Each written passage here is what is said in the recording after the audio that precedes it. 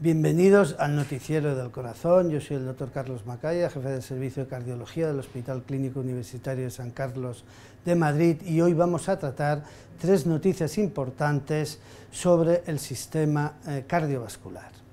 Nuevos avances en la regeneración celular del corazón. La regeneración de tejidos es un fenómeno natural y que se produce, por ejemplo, en la piel. Cuando tenemos una herida, pues en un tiempo determinado automáticamente pues, se repara y existe un crecimiento de células y que regenera totalmente esa herida causada. A nivel del corazón y otros órganos hay una regeneración espontánea que se produce en mayor o menor grado. Lamentablemente en el corazón la capacidad de regeneración después de sufrir un daño, el tejido, por ejemplo con un infarto de miocardio o fenómenos o enfermedades como miocardiopatías que producen insuficiencia cardíaca, la capacidad espontánea es muy limitada y para ello se necesita incluso pues, el estimular esa regeneración celular utilizando células madre o utilizando incluso un estimulante de las células que tenemos en la médula ósea y que van a anidar al corazón.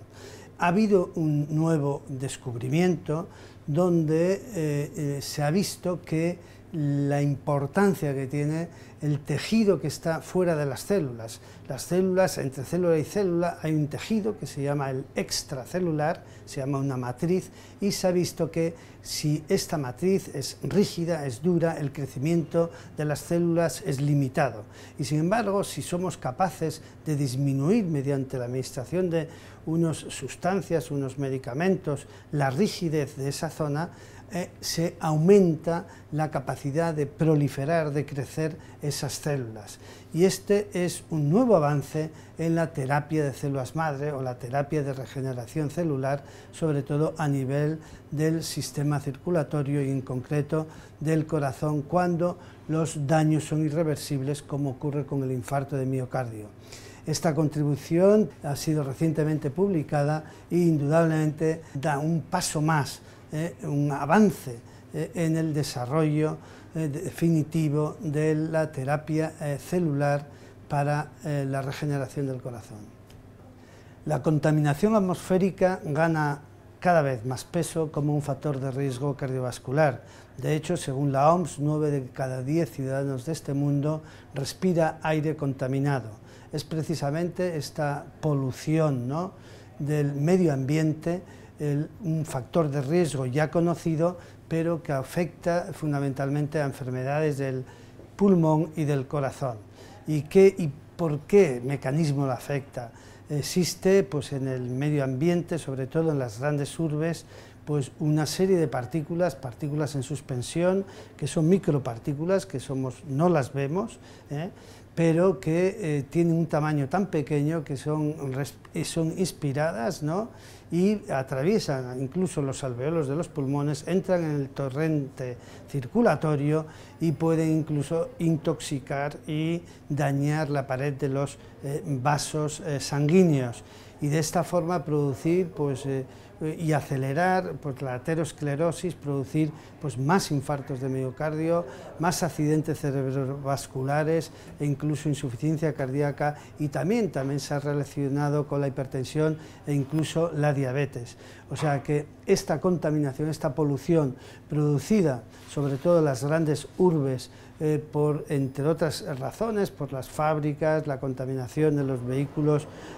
rodados sobre todo con motores de diésel que tienen una mala combustión y que eliminan sobre todo pues, dióxido de nitrógeno, ozono, y estas partículas,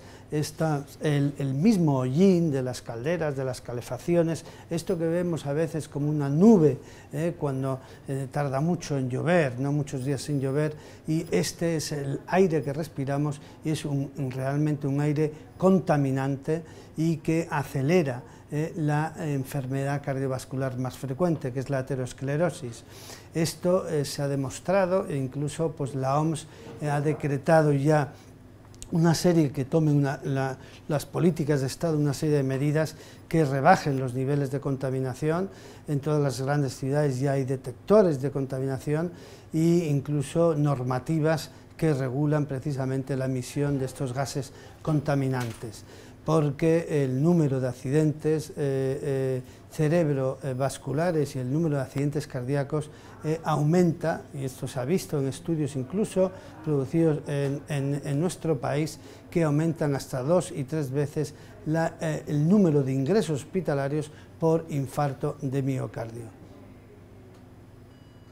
Vamos a insistir en la prevención del riesgo de enfermedad cardiovascular y en concreto controlar, modular los factores de riesgo de las enfermedades cardiovasculares. Sabemos que la alimentación y el ejercicio son los 2 pilares básicos, pero a ellos se añaden una serie de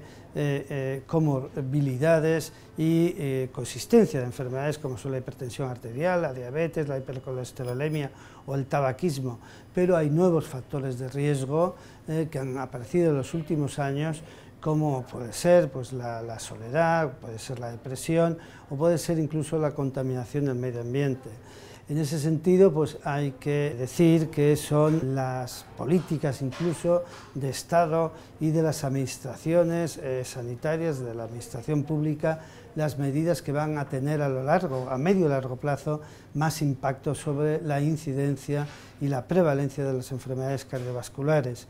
En este sentido también hay que decir, pues hay que incluir información procedente de la Ciudad de México, ciudad ubicada en una laguna donde, por cierto, los niveles de contaminación son altísimos y donde también existe en México pues una relativamente alta incidencia pues de sobrepeso, de tabaquismo, etcétera, que hace que la población sea muy vulnerable al desarrollo de enfermedades cardiovasculares. Y de hecho hay información procedente de ese país donde se habla que casi el 50% de la mortalidad en México se debe a enfermedad cardiovascular. Todos estos factores de riesgo afectan no solo al desarrollo de la aterosclerosis, sino también a la formación de coágulos y de trombos y que van a desencadenar finalmente pues, los infartos agudos de miocardio, incluso las muertes repentinas en la enfermedad coronaria, que es realmente pues, la gran epidemia pues, de nuestros días y fundamentalmente en los países más desarrollados. Bien, pues hoy podemos concluir de que hay un nuevo avance importante en la terapia de regeneración de tejidos en general, pero cardíacos en particular, y es que precisamente la disminución de la rigidez de la matriz extracelular, de las células que tienen que proliferar y crecer y reparar el tejido, es importante y esa rigidez hay que disminuirla para favorecer la proliferación celular. Esta es una nueva noticia y es un nuevo avance, un nuevo paso de cara al desarrollo de la terapia de regeneración celular en las enfermedades cardiovasculares. La segunda importante noticia es la alerta de la Organización Mundial de la Salud de que hay que tomar medidas cada vez más exigentes y normativas que se lleven a cabo para disminuir la contaminación ambiental, ¿no? La polución del aire que respiramos es un factor de riesgo cada vez más importante en el desarrollo de enfermedades pulmonares como el cáncer de pulmón, pero también en el desarrollo de enfermedades cardiovasculares como es el infarto de miocardio, la insuficiencia cardíaca o el ictus, el accidente cerebrovascular. Y finalmente, pues noticias sobre la importancia del control de los factores de riesgo cardiovascular e incluso información que nos viene desde México, donde pues ya es alarmante el número de muertes por enfermedad cardiovascular que se producen, que alcanza casi el 50%. En otros países lo hemos logrado reducir al orden de un 30%, ¿no? Pero en este pues es cifras elevadas, por lo tanto hay que tomar medidas cada vez más insistentes y reiterativas sobre el control de los factores de riesgo cardiovascular, que son los que nos van a hacer que se desarrolle con más rapidez la enfermedad cardiovascular. Muchas gracias por vuestra atención y os esperamos en el próximo Noticiero del Corazón.